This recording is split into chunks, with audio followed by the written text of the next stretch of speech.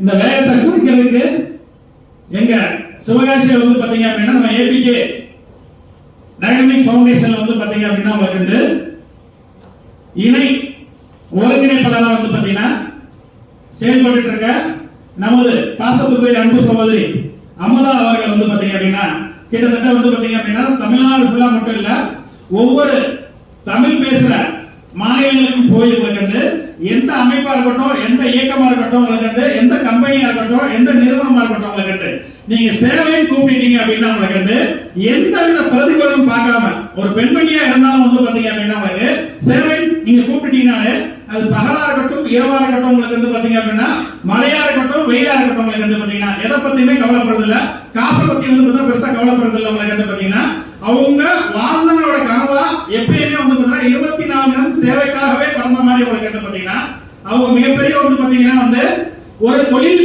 முனைவோர் குடும்பத்துல பிறந்து வீட்டை விட்டு வெளியே போனது கிடையாது. அவங்க வந்து பாத்தீங்கன்னா அவங்க வீட்டிலேயே வந்து பாத்தீங்கன்னா எப்படி இருக்கும் அப்படின்னு பாத்தீங்கன்னா திரைய போட்டு வேற வெளியிருந்து எந்த ஆம்பளைகள பொம்பளைகள வந்தா அவங்க பார்க்க கூட அவங்க பென்ஷன் கிடையாது. அவங்க வாழ்ந்த வாழ்க்கை நான் சொல்றேன் உங்களுக்கு வந்து பாத்தீங்கன்னா அப்படி ஒரு இடத்துல இருந்து சொசைட்டில வந்து பாத்தீங்கன்னா நம்ம திறமையை வந்து பாத்தீங்கன்னா வெளியே கொண்டு வந்து காட்டணும். உங்களுக்கு வந்து நம்ம யாருங்கிறது உலகத்துக்கு போய் சேரணும். உங்களுக்கு வந்து ஏன்ட்ட இருக்கிற திறமைகளை வந்து பாத்தீங்கன்னா அடுத்த மக்களுக்கு கடத்தி அவங்களையும் வந்து பாத்தீங்க அப்படின்னா வந்து அடுத்த கடத்துக்கு கொண்டு வரணும்னு சொல்லிட்டு உங்களுக்கு வந்து பாத்தீங்கன்னா அந்த வாழ்க்கை முறையில இருந்து வந்து பாத்தீங்க அப்படின்னா கஷ்டப்பட்டு வந்து பாத்தீங்கன்னா அவங்க கணவரை இழந்து சொட்டம் சொந்தம் அண்ணன் தம்பி எல்லாருமே வசதியானவங்க அதையும் விட்டுட்டு உங்களுக்கு வந்து பாத்தீங்கன்னா இன்னைக்கு சேவைக்காகவே தன் வாழ்நாளை அர்ப்பணிச்சவங்களுக்கு வந்து எல்லா விதமான சேவைகள் நிறைய வந்து பாத்தீங்கன்னா வந்து சுயதொழில் பயிற்சிகள் உங்களுக்கு வந்து இயற்கை உணவுகளை தயார் பண்ணி கொடுத்தவங்களுக்கு வந்து நிறைய பேர் வந்து பாத்தீங்க அப்படின்னா உங்களுக்கு ஆரோக்கிய ரீதியா வந்து பாத்தீங்கன்னா சிறப்பா செயல்பட்டு இருக்க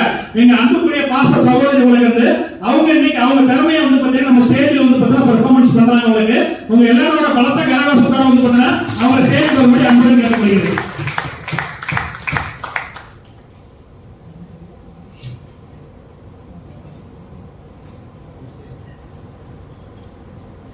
அனைவருக்கும் அன்பான வணக்கம்.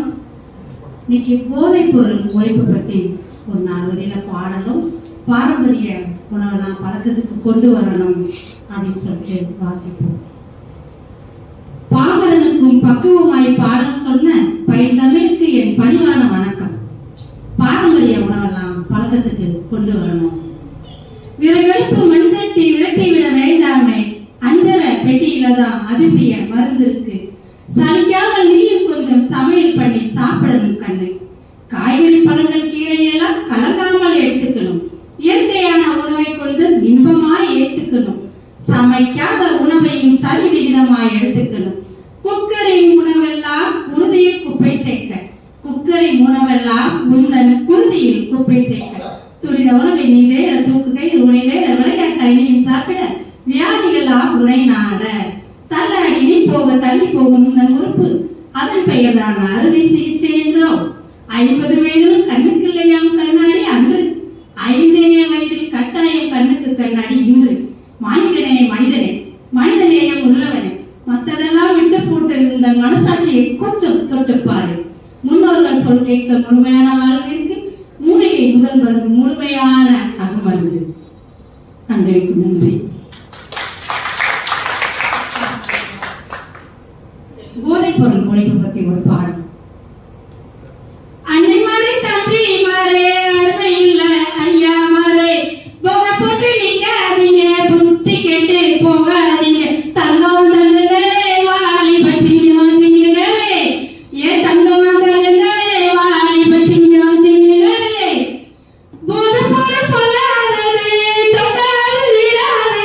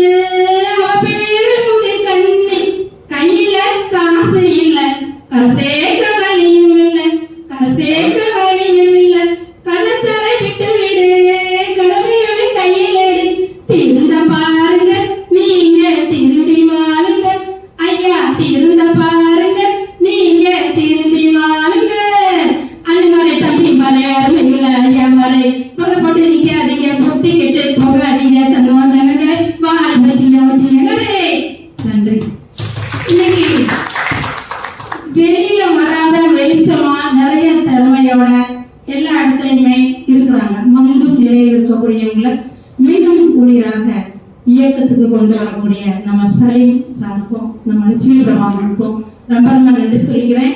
இவங்களுடைய ஒவ்வொரு பார்வையும் எங்கெல்லாம் சேவையில எங்கெல்லாம் திறமையில யாரெல்லாம் பின்தங்கி இருக்கிறாங்களோ அவங்களை எல்லாம் முன்னோக்கி கொண்டு வர்றாங்க. இவங்க இன்னும் சிறப்பா செய்யணும். இறைவன் துணையோட இருக்கட்டும். நன்றி வணக்கம். நன்றி. இன்னைக்கு அவங்க பேசுறது ரொம்ப ரொம்ப கம்மி. சொல்றது இல்லாம வந்து பாத்தீங்க அப்படின்னா வந்து